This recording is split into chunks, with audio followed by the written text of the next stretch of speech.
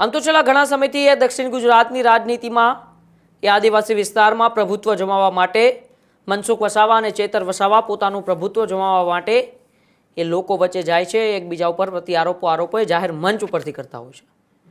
એ પછી મનસુખ વસાવાનો ચેતર વસાવા ઉપરના આરોપો હોય કે ચેતર વસાવાના મનસુખ વસાવા ઉપરના આરોપો હોય, એકબીજા આ બંને નેતાઓ એટલે કે વસાવા વસીસ વસાવાની લડાઈ છે એ દક્ષિણ ગુજરાતના એ ભરૂચ અને નર્મદાના આસપાસના વિસ્તારમાં છેલ્લા ઘણા સમયથી ચાલે છે. અને એ જ લડાઈની અંદર ફરી એક વખત ભરૂચની અંદર એક કાર્યક્રમ હતો અને કાર્યક્રમની અંદર સાંસદ મનસુખ વસાવા આક્રમક અંદાજમાં દેખાયા હતા.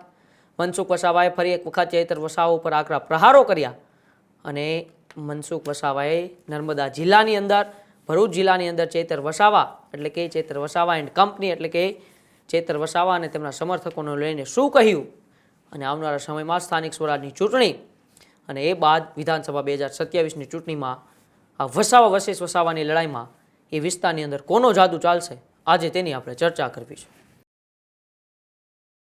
ભરૂચનો આસપાસનો એ આદિવાસી વિસ્તાર, આમ તો ત્યાં 4-5 નેતાઓ પોતાનું આદિવાસી વિસ્તારમાં પ્રભુત્વ જમવા માટે પોતા એ મહેનત કરે છે. પછી ધવલ પટેલ હોય, અનંત પટેલ હોય, ચેતર વસાવા, મનસુખ વસાવા અને હમણાં જ મહેશ વસાવા પણ હવે મેદાને આવ્યા છે.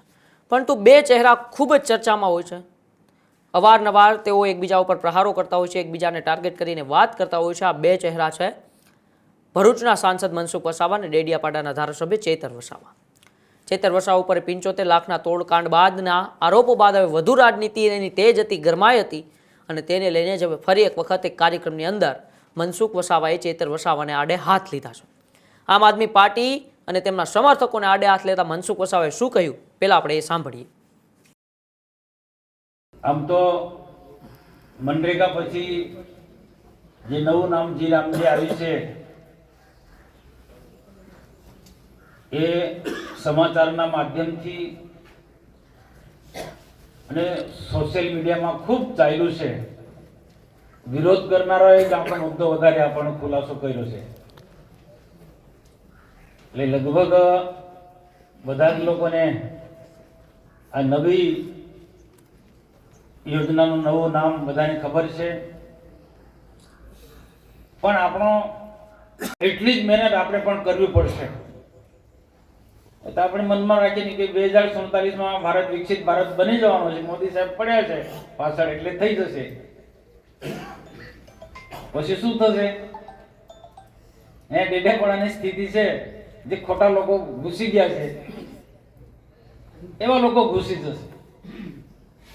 એટલે એક કાર્યકર્તા આ જે વાત છે એ નીચે સુધી પહોંચાડે,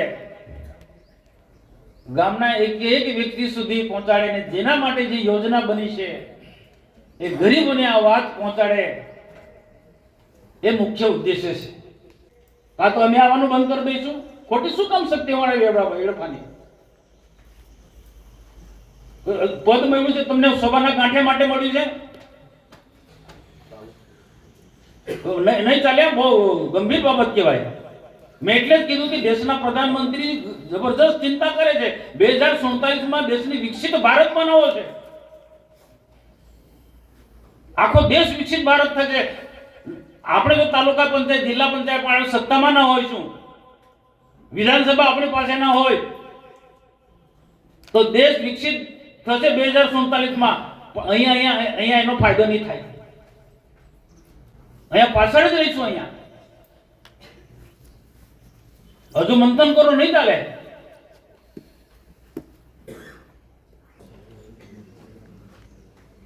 જેને જવાબદારી છે ને કામ નહીં કરે, એ જિલ્લાનો હોદ્દેદાર હશે કે તાલુકાનો, એની જગ્યાએ બદલી નાખો ભાઈ.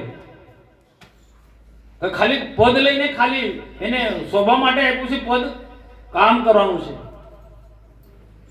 અમે રાત દિવસ મહેનત કરી છે, ખબર છે. રામ સાથે જોડે દેશમાં રામ મંદિર આપ્યું છે આપણને, એવી યોજનાનું નામ પણ છે અને એનાથી લોકોને એક આસ્થા પણ છે. ઉત્સાહથી બધા કામ કરશે, કોઈ નાનું મોટું કોઈ ગરબડ પણ નહીં થાય. ગ્રામ સાથે જોડાયેલી આખી યોજના છે અને આપણે આવનારા દિવસોમાં જવાબ આપવો પડશે. નીલભાઈ પ્રમુખ સાહેબ, આ તમે તાલુકાના પ્રમુખો સાથે બેસીને તપાસ કરાવો. એ તો ખબર તો પડશે ને ગામ સરપંચ એ આમ કોંગ્રેસનો છે, ભાજપનો છે કે આમ આદમી પાર્ટીનો. મનરેગાના કામો અમને કેવા કર્યા છે? ખાલી આક્ષેપ તો કરવા છે પ્રસિદ્ધિ મેળવવા માટે, પણ એમને શું ધંધા કર્યા છે એ લોકોને ખબર પાડી જોઈએ કે નહીં ખબર પાડી જોઈએ? અને સાથે બીજી પણ વાત કહું કે કોઈ પણ યોજનાની નાની મોટી ગરબડ થઈ હોય તો કમ ધારાસભ્યની જવાબદારી નહીં સુધારવાની? જે તે સમય કામ ચાલતું હતું તે વખતે મનરેગામાં ખરાબ કામો થતા હતા, હું માન લઉં છું, વાત સાચી છે એમની, પણ ધારાસભ્ય શું જોયું ભાઈ? ધારાસભ્યની કોઈ જવાબદારી નહોતી?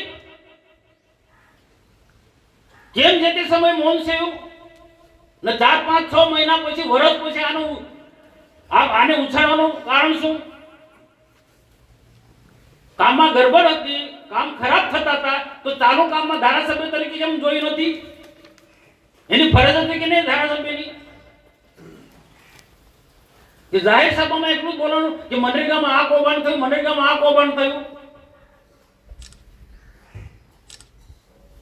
આવા લોકોને પણ ઓળખવા પડે, ખુલ્લા પાડો. આવા લોકોને પણ આપણે ઓળખવા પડે, આવને ખુલ્લા પાડો જોઈએ. તો માહિતી છે ગુજરાતમાં કેટલા લોકો, કેટલા ધારાસભ્ય. અમારા ભરૂચ જિલ્લામાંથી પૂછો મારુતિને, ખુદ મારુતિએ તપાસ માંગી હતી. મારા ઈશ્વરભાઈ ધારાસભ્ય એમણે તપાસમાં બધા માંગી છે.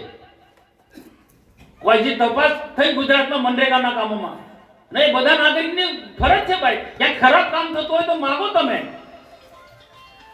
એ આગેવાને સુધારવાની જરૂર છે. આવું ક્યાંક ખરાબ કામ થતું હોય તો આ તો આપણે બોલતા નથી કોઈ. અહીંયા 4 વખત તપાસ થઈ, 4 વખત તપાસ થઈ. એટલે આખા જિલ્લાને બદનામ કરે ને એના કામો અટકી જાય. કોને નુકસાન છે ભાઈ? આજે નુકસાન છે, કોને નુકસાન છે? એજન્સીઓના કામ મળે છે, કોઈ આગેવાન ભલામણ કરે એટલે નથી થતું. એનું ગાઈડલાઈન હોય છે, ઓનલાઈન અરજી કરવાની હોય ને જેનું ટેન્ડર નીચું હોય, જે બાકીના ટેન્ડરો માર્ગ મકાનના કે બીજા ટેન્ડરો એ જ પ્રકારની આનું છે. જે એજન્સીનું નીચું હોય એનું લાગે છે, સરકારની પોલિસી છે. એટલે ઓછો ભાવ કામ બી તે પ્રકારે થવાનું. પણ હવે આ ઇતિહાસ એટલા માટે યાદ દેવડાવું છું કે હજુ બી ચાલુ છે. હમણાં 2 દિવસ પહેલા કોઈ બાજુ ગયા કર્યું, ત્યાં મનરેગાની વાત કરી. ભાજપ સરકારમાં જે પારદર્શક વહીવટ છે ને મેં બીજે ક્યાંય જોયો નથી. આ રેતી કે ખાણ ખનીજમાં તમે જો અમે કહીએ છીએ તો તરત પગલા લેવાય છે, ને પગલા લેવાય રેકર્ડ પર આવે છે કે જે દંડ આવે છે એ સરકારની આવકમાં વધારો થાય છે. ખાણ ખનીજ કે રેતીની જે જ્યાં ચોરી થાય છે સરકાર પકડે છે ને દંડ. તમે આવક તો જોજો. તમે પહેલા તો કોઈ તપાસ જ નથી થતી. રજૂઆત કરે આખા ગુજરાતમાં નર્મદા જિલ્લાને એટલો બદનામ કરી નાખ્યો આમ આદમી પાર્ટીના લોકોના ધારાસભ્ય ચૈતર વસાવાએ.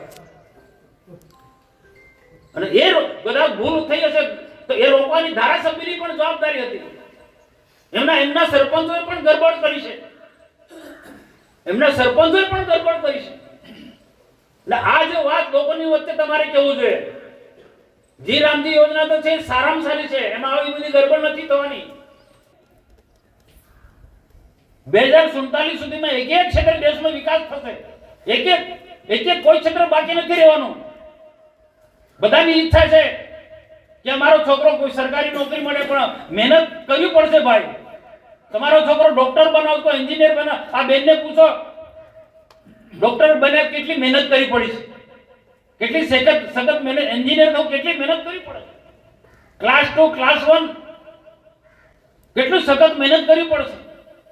હવે બધું આ બધી આ ખોટા લોકોની વાતમાં નહીં આવે ને. ચૈતર એન્ડ કંપની લોકોને ગેરમાર્ગે દોરે છે, પોઝિટિવ વાતો જ નથી કરતા. આદિવાસીને ઓળખ આપે છે. એને કહ્યું છે આદિવાસી એટલે કોણ? આ આદિવાસી છે. અને પાછા એક બેન છે એ પાસે એ બી બેનોની સભા. આ સંસ્કારો આપવાનો છે. એટલે કોણ? હું નાની મોટી બધી સભામાં કહેવાનું બંધ કરી દે છે ને કાકો. બોલતો બંધ કરી દઈશ. બધાએ બોલવું પડે. અબોબો એટલે કોને કહે અબોબો? લુખ્ખો માણસ હોય તો અબોબો કે ગામમાં હોય ને લુખ્ખો માણસ હોય. આખા તાલુકાનો લુખ્ખો છે ધારાસભ્ય, તો અબોબો કે ને? તો સીધી વાત છે ભાઈ, સીધી વાત છે. ગામમાં ડામીસ હોય, લુખ્ખો હોય, પીધેલ હોય, એક લાકડી લઈને ધારા લઈને અબોબો કરતો ફરે, તો એ લુખ્ખો છે. અને અરે પેલી બેન માજી સંસદ સભ્યની દીકરી આવી હોય એ પાછી અબોબો બેનોની સંગત. તમે કઈ દિશા પર લઈ જવા માંગો છો બહેનોને, યુવાનોને? કઈ દિશા પર? આ સમજવું પડશે. મનસુખ વસાવાએ બધાએ બોલવું પડે, બધાએ બોલવું પડશે ભાઈ, નહીં તો બધાને અબોબો કરાવશે અહીંયા. પછી શું થશે? એક ગામ પર જાઓ અને કો આપણો ધારાસભ્ય અબોબો. તો આ તો નેતા કોને કહેવાય? સમાજને, યુવાનોને, બહેનોને યોગ્ય દિશા આપવાનું કામ કરે એ નેતા કહેવાય, એ આગેવાન કહેવાય. અબોબો કે નેતા કહેવાય? આવા લુખ્ખા લોકોને ઓળખો ભાઈ, એમની આખી ટીમ જ છે એવી. બહુ અભ્યાસપૂર્વક પાર્લામેન્ટમાં હજી ચર્ચા, સામેના વિરોધ પક્ષના લોકોએ ભલે એટલું બોલ્યા હશે કે ગાંધીજીની યોજના તમે બદલી નાખી, પણ ગાંધીજી ઉપર રામ છે ને. આપણે તો મહાત્મા ગાંધીજીને સન્માન કરે છે, પણ મહાત્મા ગાંધીજી માટે પણ આદ્ય રામ હતા. 10મા ધોરણ 12મા ધોરણમાં આપણું બાળક જાય ત્યારે મહેનત કરે, પણ મહેનત કરવાની પહેલા ધોરણથી. સરકાર તો તમે જુઓ, સરકાર કેટલી ગંભીર છે. બાળક માના પેટમાં હોય ત્યારથી ચિંતા કરે છે. તમે જો કેટલું, આ તો મા બાપને ખબર ના પડે, સરકાર એટલી ચિંતા કરે છે. મનસુખ વસાવાએ કહ્યું કે નર્મદા જિલ્લાને ચેતર એન્ડ કંપની અને આપે ગુજરાતને બદનામ કર્યું છે. નર્મદા જિલ્લાને ચેતર વસાવાએ બદનામ કર્યું છે, તો ગુજરાતને આમ આદમી પાર્ટીએ બદનામ કર્યું છે. ચેતર એન્ડ કંપની એ બધાને ગેરમાર્ગે દોરો છે, આવી વાત મનસુખ વસાવાએ કરી હતી. આખા ગુજરાતમાં આમ આદમી પાર્ટી અને ચેતર વસાવા નર્મદા જિલ્લાને બદનામ કરી દીધો છે. બધાને બહુ બોલાવે છે, એટલે કે બધાને જેમ ફાવે તેમ બોલાવે છે. અને આદિવાસી તરીકેની ઓળખ કેવી રીતે આપવી, એવી પણ વાત મનસુખ વસાવા એ સવાલો ઉપાડે છે. ત્યારે હું બધી સભામાં બોલીશ કે ગામમાં લુખ્ખા હોય તે અબબ કરે. આપણા તાલુકાના લુખ્ખો છે આ ધારાસભ્ય, એટલે કે જાહેરની અંદર મનસુખ વસાવાએ ચેતર વસાવાને લુખ્ખો કહી દીધો. નાની મોટી ભૂલ કોઈ હોય તો જે બાબતની જવાબદારી એ ત્યાંના સ્થાનિક ધારાસભ્યની હોય છે. એટલે કે અવારનવાર જે મનસુખ વસાવા ઉપર ચેતર વસાવા આરોપો લગાડતા હોય છે, તેને લઈને પણ મનસુખ વસાવાએ જવાબ આપી દીધો કે નાની મોટી કોઈ ભૂલ થઈ હોય તો એ ત્યાંના ધારાસભ્યની પ્રાથમિક જવાબદારી બનતી હોય છે, તેમને તે કામ કરવાનું હોય છે. પરંતુ આ લુખ્ખા ધારાસભ્ય, આવો એક શબ્દનો પ્રયોજન મનસુખ વસાવાએ કર્યું છે. હવે જોવાનું એ રહેશે કે વહેલી તકે ચેતર વસાવા મનસુખ વસાવાની આ ભાષાને, તેમના પર કરેલા પ્રહારોને અને તેમને જે આડે હાથ લઈને જે સવાલો કર્યા છે તે સવાલોને લઈને ચેતર વસાવા કેટલી જલ્દી એ વળતો પ્રહાર કરે છે, પલટવાર કરે છે. પરંતુ જોવાનું તો એ પણ છે કે આવનારા સમયમાં સ્થાનિક સ્વરાજની ચૂંટણીઓ આવી રહી છે. ચેતર વસાવા ખૂબ જ યુવાન છે, અનેક આદિવાસી વિસ્તારોમાં તે અત્યારે પોતાની સભાઓ કરી રહ્યા છે. પોતાનું પ્રભુત્વ, પાર્ટી તો ઠીક છે, પરંતુ જ્યાં સુધી જે પ્રકારના દ્રશ્યો સામે આવતા હોય છે એ પ્રકારે ચેતર વસાવાનું પોતાનું વ્યક્તિગત જે પ્રભુત્વ છે વધારવાની પૂરતી એ કોશિશ કરી રહ્યા છે, જેનાથી જ હવે તે દક્ષિણ વિસ્તારની, આદિવાસી વિસ્તારની રાજનીતિ પણ ખૂબ ગરમાયેલી છે. કોનો જાદુ ચાલશે, મનસુખ વસાવા કે પછી ચેતર વસાવા, એ તો આવનારો સમય જ બતાવશે.